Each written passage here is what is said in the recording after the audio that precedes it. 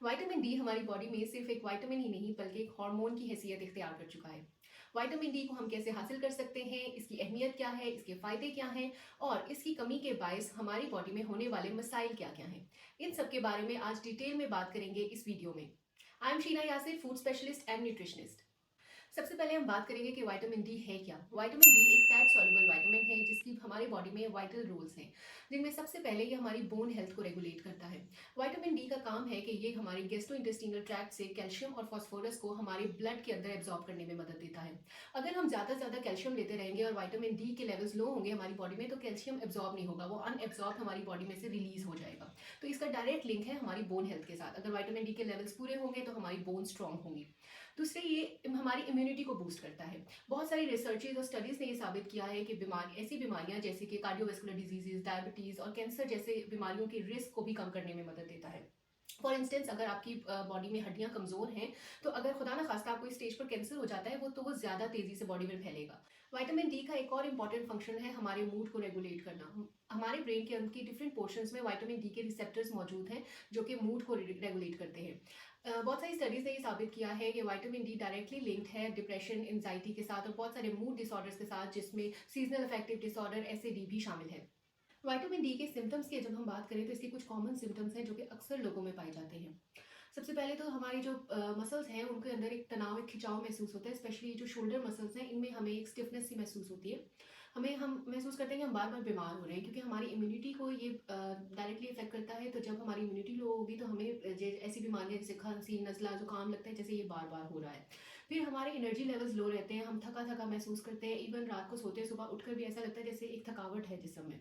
फिर हमारी हड्डियों में से टक टक की आवाज़ें आना। अक्सर नमाज पढ़ते हैं जब हम, तब हम महसूस करते हैं कि हमारी हड्डियों में से, जॉइंट्स में से आवाज़ें आ रही हैं, क्योंकि जैसे मैंने पहले बात की, ये कैल्शियम को की एब्जॉर्प्शन में हेल्प करता है। तो कैल्शियम जब एब्जॉर्ब नहीं होगा हमारी हड्डियाँ वीक होंगी और इसकी वजह से हमारे अंदर ऑस्टियोपोरोसिस, ऑस्टोमेल्शिया, बोन फ्रैक्चर्स ऐसे प्रॉब्लम्स आएंगे। और बच्चों के अंदर ये रिकेट्स कॉज करता है। ये ज़्यादातर डार्कर चिल्ड्रन जो होते हैं, डार्कर स्किन टोन के चिल्ड्रन, उनमें ये बीमारी ज़्यादा कॉमन है। लेकिन वैसे ये कलाइयों का चौड़ापन और घुटनों में और बोर्ड नीज और डिलेड ग्रोथ, स्टंट ग्रोथ, ये सारे सिम्टम्स हैं बच्चों की अंदर विटामिन डी की डेफिशिएंसी के। बहुत सारे लोग विटामिन डी की कमी की बायस डिप्रेशन महसूस करते हैं, एंजाइटी महसूस करते हैं, बगैर किसी वजह के उदास रहना या अफसरदा रहना, ये भी एक विटामिन डी की डेफिशिएंसी है। बहुत सारे ऐसे मूड डिसऑर्डर्स जैसे मैंने पहले भी बात की, सीजनल अफेक्टिव डिसऑर्डर है, और मूड स्विंग्स होना, चिड़चिड़ापन। इवन बच्चों के अंदर आप देखें तो छोटे छोटे बच्चे भी आजकल कहते हैं हमें बहुत टेंशन है, हमें बहुत एंजाइटी हो रही है। तो ये भी एक विटामिन डी की डेफिशिएंसी है। जो छोटे बच्चे हैं, अक्सर 2 साल से कम उम्र के बच्चे, वो बिला वजह में रोते हैं, बहुत ज़्यादा जिद्दें करते हैं और हमें ऐसा महसूस होता है कि मतलब हमने सब कुछ करके देख लिया लेकिन बच्चे बहुत चिड़चिड़े हैं। तो उसकी एक वजह विटामिन डी की डेफिशिएंसी है। इसके अलावा अगर बाल बहुत ज़्यादा गिर रहे हैं, आप फील करते हैं कि आपकी डाइट भी अच्छी है, आप सब कुछ ले रहे हैं, लेकिन बाल गुच्छों के गुच्छे आपके बाल उतर रहे हैं, तो ये भी एक विटामिन डी की डेफिशिएंसी की अलामत है। और इसके साथ वेट गेन, अगर आपका वेट बढ़ रहा है और आप डाइटिंग भी कर रहे हैं, आप अपना सब कुछ कर रहे हैं, लेकिन वेट स्टक है और वेट गिर नहीं रहा है, तो ये भी विटामिन डी की डेफिशिएंसी है। अगर आपको ये जो मैंने सारे सिम्टम्स बताए हैं इनमें से 2 या 3 भी इकट्ठे को एग्जिस्ट करते हैं, then you are definitely deficient in vitamin D और आपको इसको ज़रूर पूरा करें। अब हम बात करते हैं कि विटामिन डी के सोर्सेज क्या हैं, हम किस तरीके से अपनी बॉडीज़ में विटामिन डी को पूरा कर सकते हैं। इसका सबसे पहला सोर्स है सनलाइट।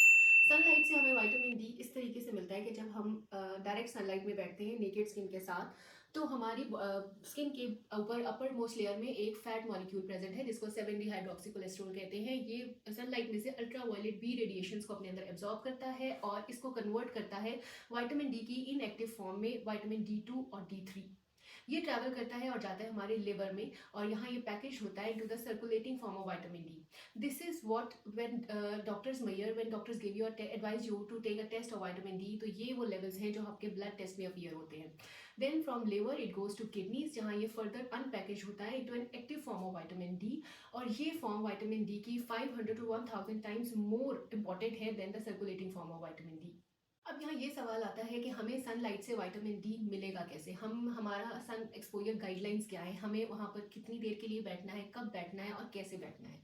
तो हमें बैठना कैसे है, हमें अपनी कम से कम अपनी जो नीज़ हैं वहाँ तक अपने ट्राउज़र को फोल्ड कर लें, ताकि जो लेग्स हैं उसकी स्किन डायरेक्टली एक्सपोज हो सनलाइट पे, और अपने जो बाजू की स्लीव्स हैं उनको यहाँ तक कर लें। और अगर कोशिश करें, अगर कर सकते हैं तो फेस पे सनस्क्रीन लगा लें, लेकिन अपने कम से जो आपकी फुल आर्म्स हैं और जो लेग्स हैं उनको एक्सपोज करें सनलाइट पे। हमने बैठना कितनी देर के लिए है, क्यों? आप इसका एक आसान सा तरीका है कि आप जिस एरिया में रहते हैं गूगल करें कि आपका वहाँ का यूवी इंडेक्स क्या है।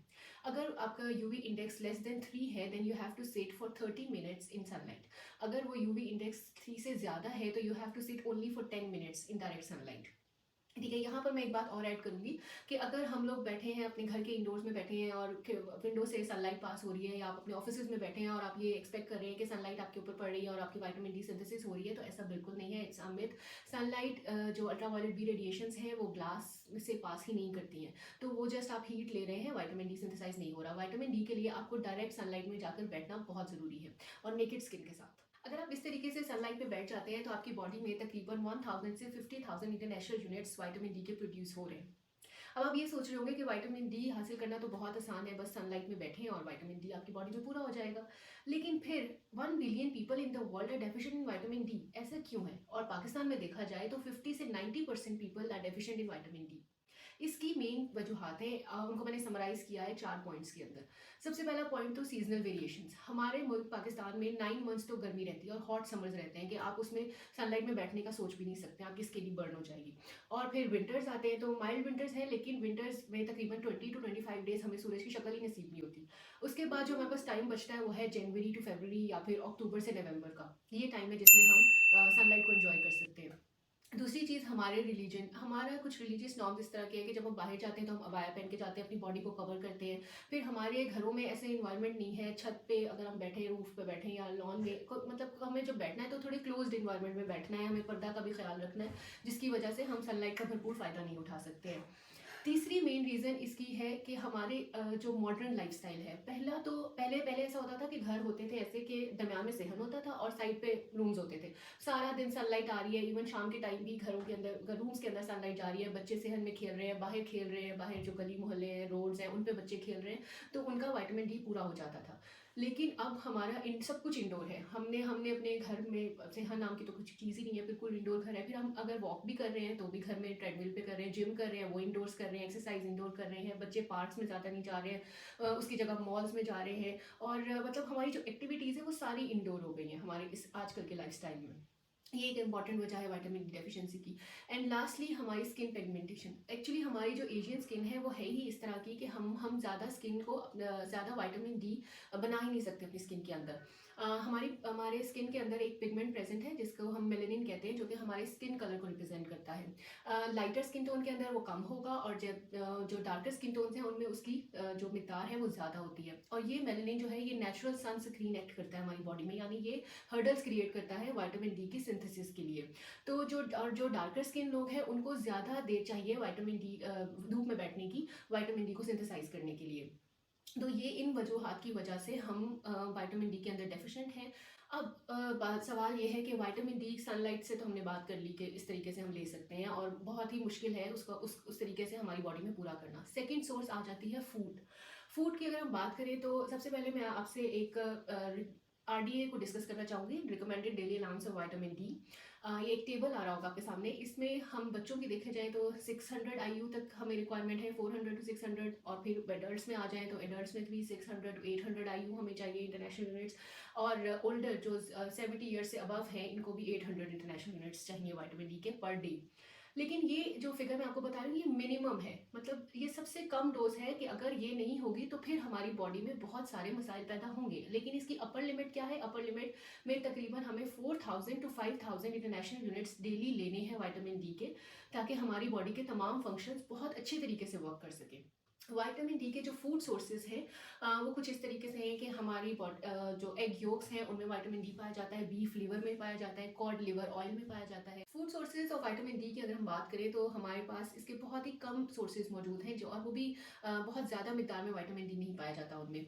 जो फूड सोर्सेज हैं उनमें है हमारे पास फैटी फिश है, बीफ लिवर है, एग योक्स है, कॉड लिवर ऑयल है, और कुछ फोर्टिफाइड फूड प्रोडक्ट्स हैं। फोर्टिफाइड फूड प्रोडक्ट्स वो प्रोडक्ट्स होती है जिसमें विटामिन डी को एडिशनली ऐड किया जाता है। हम ड्रिंक्स फोर्टिफाइड ले सकते हैं, मिल्क फोर्टिफाइड ले सकते हैं, और सीरियल्स कुछ जो readymade ready to eat cereals होते हैं वो फोर्टिफाइड होते हैं with vitamin D. But again ये रिच सोर्सेज नहीं है विटामिन डी के। और दूसरे हम ये सोर्सेज ऐसे नहीं है जिनको हम डेली बेसिस पे कंज्यूम कर सकें। जैसे सैलेड्स हैं या ग्रीन वेजेस हैं, उनको हम डेली खा सकते हैं, लेकिन हम एग योक्स डेली नहीं खा सकते। हम फिश वीक में 2 दफ़ा ले सकते हैं मैक्सिमम। हम बीफ लिवर डेली नहीं खा सकते। तो लेकिन हमें अपनी ये जो रिक्वायरमेंट है, जैसे हमने आरडीए, मैंने इसलिए आपको पहले बताया कि हमें अपनी जो डेली रिक्वायरमेंट है वो तो पूरी करनी है विटामिन डी की। अब 2 सोर्सेज तो हमारे निकल गए, सनलाइट भी चला गया और फूड सोर्सेज भी बहुत कम है। और जो थर्ड मेन सोर्स आता है हमारे पास वो है सप्लीमेंट्स। सप्लीमेंट्स एक मेजर सोर्स है जिससे हम अपना विटामिन डी पूरा कर सकते हैं। सप्लीमेंट्स 3 फॉर्म्स में आते हैं। इसके ज़्यादा सॉफ्ट जेल्स की फॉर्म में होता है, इंजेक्शंस की फॉर्म में होता है। इंजेक्शंस को आप ऑरली भी पी सकते हैं और उसको आप अपनी बॉडी में इंट्रामस्कुलर लगवा भी सकते हैं। बट अगेन ये डिपेंड करता है कि आपकी बॉडी में इसके लेवल्स क्या हैं। अब आपने ये सब कुछ देख के, वो पंजाबी में जैसे कहते हैं कि अन्य वाइटामिन खाना नहीं शुरू कर देने, विटामिन डी लेना नहीं शुरू कर देना। उसका तरीका ये है कि आपको सबसे पहले गेट योर सेल्फ टेस्टेड। अपना आप विटामिन डी का टेस्ट करवाएं। कोई बहुत ज़्यादा महंगा टेस्ट नहीं है, नॉर्मल रेंज का टेस्ट है, आप वो करवाएं। आप अपने लेवल्स देखें। ज़्यादातर लोग डेफिशिएंट हैं और उनके लेवल्स आते हैं 19, 20, 21। तो ये डेफिशिएंसी है, तो आपको फ़ौरन अपने विटामिन डी के सप्लीमेंट्स लेना स्टार्ट कर देने हैं। किसी हेल्थ केयर प्रोफेशनल या फिर न्यूट्रिशनिस्ट से के मशवरे से ये इस्तेमाल करें। इसकी एक गाइडलाइन ये है कि आपने तकरीबन 6 कैप्सूल से ज़्यादा इस्तेमाल नहीं करने हैं, और 2 मंथ्स तक लें और 2 मंथ्स के गैप से लें, उसके बाद फिर इसको डिसकंटिन्यू कर दें। अगर हमारी बॉडी में विटामिन डी ज़्यादा हो जाता है, जो कि बहुत ही रेयर चांसेस हैं, तकरीबन 150 अगर आपके टेस्ट में यूनिट आती है, तब ये विटामिन डी टॉक्सिसिटी क्रिएट कर सकता है। विटामिन डी टॉक्सिसिटी में सबसे पहले हाइपरकैल्सीमिया। हाइपरकैल्सीमिया क्या है? क्योंकि हमने पहले बात की कि विटामिन डी का काम क्या है, ब्लड के अंदर कैल्शियम को एब्जॉर्ब करना जीआईटी ट्रैक से। तो क्या होगा, जब विटामिन डी ज़्यादा होगा तो वो ज़्यादा कैल्शियम को एब्जॉर्ब करेगा। अब हमारे ब्लड के अंदर कैल्शियम के लेवल्स ज़्यादा बढ़ गए हैं, तो उससे हमारी बॉडी किडनी में स्टोन्स पैदा हो सकते हैं, कैल्शियम स्टोन्स बन सकते हैं किडनी में, या ये कैल्सिफिकेशन कर सकता है हमारी आर्टरीज में, इसकी डेपोजिशन हो सकती है। मेरा एक एक्सपीरियंस है, हमारे एक जानने वाले थे, उनका हार्ट का जब ऑपरेट हुआ तो वहाँ पर डॉक्टर्स ने हार्ट की जो आर्टरीज थी उनके अंदर कैल्शियम की डेपोजिशन देखी। तो जब कैल्शियम ज़्यादा हो जाएगा बॉडी में तो वो प्रॉब्लम्स क्रिएट करेगा। इसकी एक और गाइडलाइन है कि विटामिन डी को अगर हम विटामिन के साथ लेते हैं तो भी इसकी टॉक्सिसिटी को लो करता है। विटामिन के क्या करता है कि हम विटामिन डी ने तो एब्जॉर्ब कर दिया जीआईटी से ब्लड के अंदर कैल्शियम को। अब विटामिन के का काम है कि वो कैल्शियम को ब्लड से लेता है और उसको बोन्स के अंदर एब्जॉर्ब करने में मदद देता है। तो जब बहुत सारे ऐसे सप्लीमेंट्स हैं जिनमें विटामिन के और विटामिन डी इकट्ठा भी पाया जाता है, आप उनको ले सकते हैं। तो ये आपकी टॉक्सिसिटी को भी कम करेगा और विटामिन डी की एब्जॉर्प्शन में भी हेल्प करेगा बोन्स के अंदर। ये सारा था बात हमारी विटामिन डी के ऊपर। अब ये जो सारे सिम्टम्स हैं, प्लीज़ इनको इग्नोर मत करें। बहुत सारे लोग, एल्डर लोग जो ज़्यादा उम्र को पहुंच चुके हैं या प्रेग्नेंट और लेक्टेटिंग वुमेन हैं, वो विटामिन डी के सप्लीमेंट्स का इस्तेमाल लाजमी तौर पर करें। और एक अपनी हेल्दी लाइफ गुजारने के लिए, अपनी क्वालिटी ऑफ लाइफ को इम्प्रूव करने के लिए इन चीज़ों को प्लीज़ ध्यान में रखें, अपने आप के टेस्ट करवाएं। और अगर आप कम आते हैं तो इनको प्लीज़ सप्लीमेंट से ज़रूर पूरा करें। This is from my side. I hope you found this video very informative. Please इसको दूसरों के साथ भी शेयर करें। Stay tuned and stay well.